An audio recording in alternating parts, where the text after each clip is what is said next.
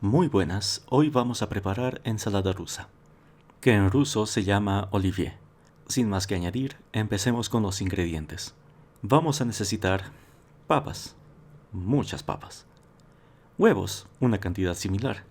Debo limpiar esto de nuevo por haber puesto los huevos encima. Un ingrediente esencial es mucha mayonesa. Pepinillos y su jugo, una buena cantidad. Arvejas, recomiendo en lata, pero pueden hervir las propias de ser necesario. Finalmente, mortadela. Un trozo entero les permitiría cortar en cubos del tamaño preferido, pero precortada en láminas cumple perfectamente. Y obviamente un lugar para mezclar la ensalada. Yo usaré una olla. Empecemos. Primero pondremos las papas a hervir hasta que estén bien hechas. Pondremos los huevos a hervir, unos 12 minutos. Uno extra por si les da hambre mientras preparan esto. Es muy importante que se laven muy bien las manos. No saquen los pepinillos con las manos si no usarán todo, porque pueden contaminar todo el líquido.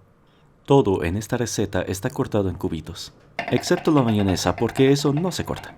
Después que las papas terminen de cocinarse y enfriarse, las pelamos y cortamos.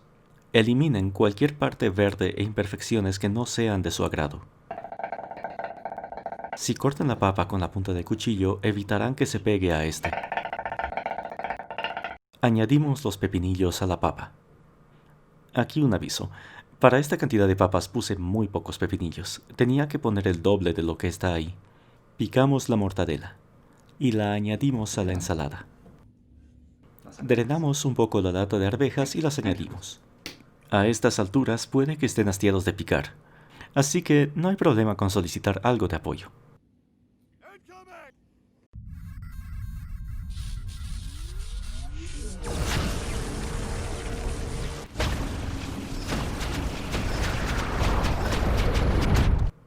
Bien, ahora añadimos el huevo y un poco del jugo de los pepinillos. Finalmente le ponemos mayonesa y mezclamos.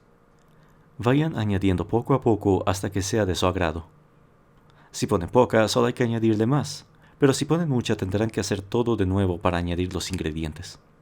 Y así tenemos como 5 kilos de ensalada. Parece mucho, pero les aseguro que se va a acabar rápidamente. Ahora emplatamos y servimos. Puede servir como guarnición o como un plato entero. Disfruten su comida.